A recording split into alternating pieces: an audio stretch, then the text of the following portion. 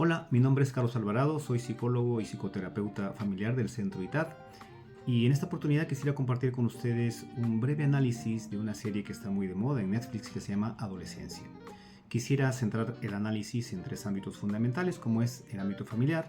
el ámbito escolar y finalmente la interacción del protagonista de la serie con la psicóloga. En primer lugar quisiera hablar de la familia. Hemos notado que existe unos roles como muy definidos, muy roles tradicionales de una familia de clase media en Inglaterra, donde el padre es el principal proveedor, donde exhibe unas ciertas características de personalidad, pues con bastante contención emocional, con cierta tendencia a la dominancia, con una oscilación entre el modo inhibido y explosivo. Por otro lado, vemos que la madre tiene un rol de ama de casa, muy centrada en el cuidado de sus hijos, con mucha protección, pero con tendencia a la sumisión al marido cuando tiene o expresa esas explosiones de ira. La hija mayor es una hija que al ser mujer también ostenta ciertas similitudes, características con la madre y además también ejerce como de hija parentalizada, que también llamamos hija en rol de triangulación con los padres, ¿no? Está como muy metida en el conflicto con ellos e intenta mediar de alguna u otra manera. Y el hijo pequeño está como más separado de esta interacción familiar, pero ostenta roles de hijo menor sobreprotegido. También se mimetiza en cuanto a las características de personalidad con el padre, en el sentido de mucha inhibición emocional y el polo contrario, que es la explosión de ira y agresividad. Por otro lado, también notamos que es una familia que le llamamos endogámica, es decir, que está como muy centrada en sus relaciones internas y con poca contacto o interrelación con el medio externo. Por otro lado, notamos que esta familia también tiene un grado de comunicación un poco aparentemente sano, pero hay cierta clandestinidad, en el sentido, sobre todo en el muchacho protagonista, que aparentemente es un chico bueno, bien comportado, que atiende las normas de la casa, pero que dentro de su habitación se estaba metiendo de forma clandestina, vuelvo a repetir, en redes sociales, en internet, lo cual se generó un caldo de cultivo que más adelante pues propicia lo que ocurrió, ¿no? Un desenlace trágico. En el colegio se aprecia que están en una escuela aparentemente pública, donde hay comportamientos rebeldes y desafiantes por parte de muchos adolescentes dentro de este recinto, y con unos profesores en consecuencia también muy desbordados que intentan a través de represalias y castigos tratar de contenerlo. En paralelo,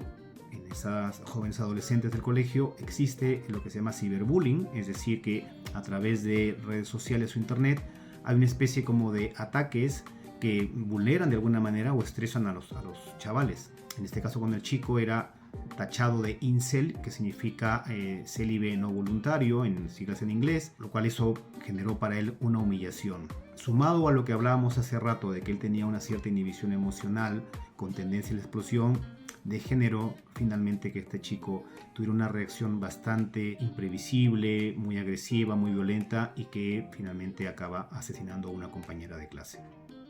con posterior detención. Bien, pues una vez que el chico es detenido, se quiere obtener cierta información con respecto a si él presenta ciertas características de personalidad psicopáticas para ser declarada una persona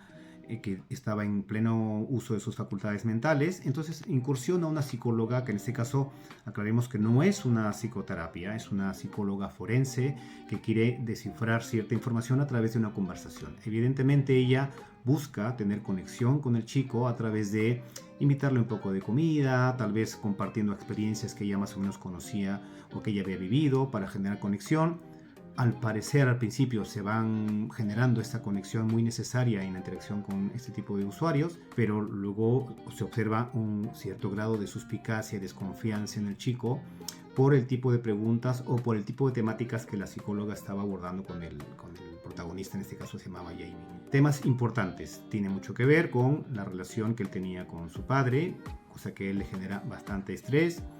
la vinculación que él tenía con la muchacha que finalmente asesinó, la orientación sexual, o si finalmente él tenía un cierto concepto misógino o machista porque le preguntaba acerca del rol femenino. Entonces, durante todos estos procesos el chico iba lanzando ciertas tensiones. Lo que pasa es que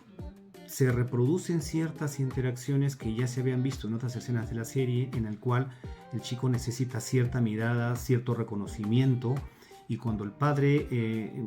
detecta el crimen, se muestra muy evasivo, muy rechazante hacia el hijo, y el hijo lo vive esto con mucha angustia, necesita el confort que se le crea. De hecho, él hablaba permanentemente de la idea de que él era inocente, porque lo que él quiere es comportarse bien para ser reconocido y ser admitido, ¿no? Entonces, este tipo de cosas también él las exhibía con la psicóloga, y la psicóloga, pues en su rol de interrogadora, mostraba pues a veces una actitud un poco fría que al chico le generaba mucha ira, mucha violencia, porque le exigía la mirada y le exigía un cierto feedback positivo de lo que él estaba viviendo. También evidentemente él sabía que este interrogatorio iba a servir para declarar finalmente su culpabilidad, con lo cual eso le generaba mucha ansiedad. También hay que remarcar que hay otra parte también muy interesante en este capítulo, que tiene que ver con las emociones de los psicólogos, que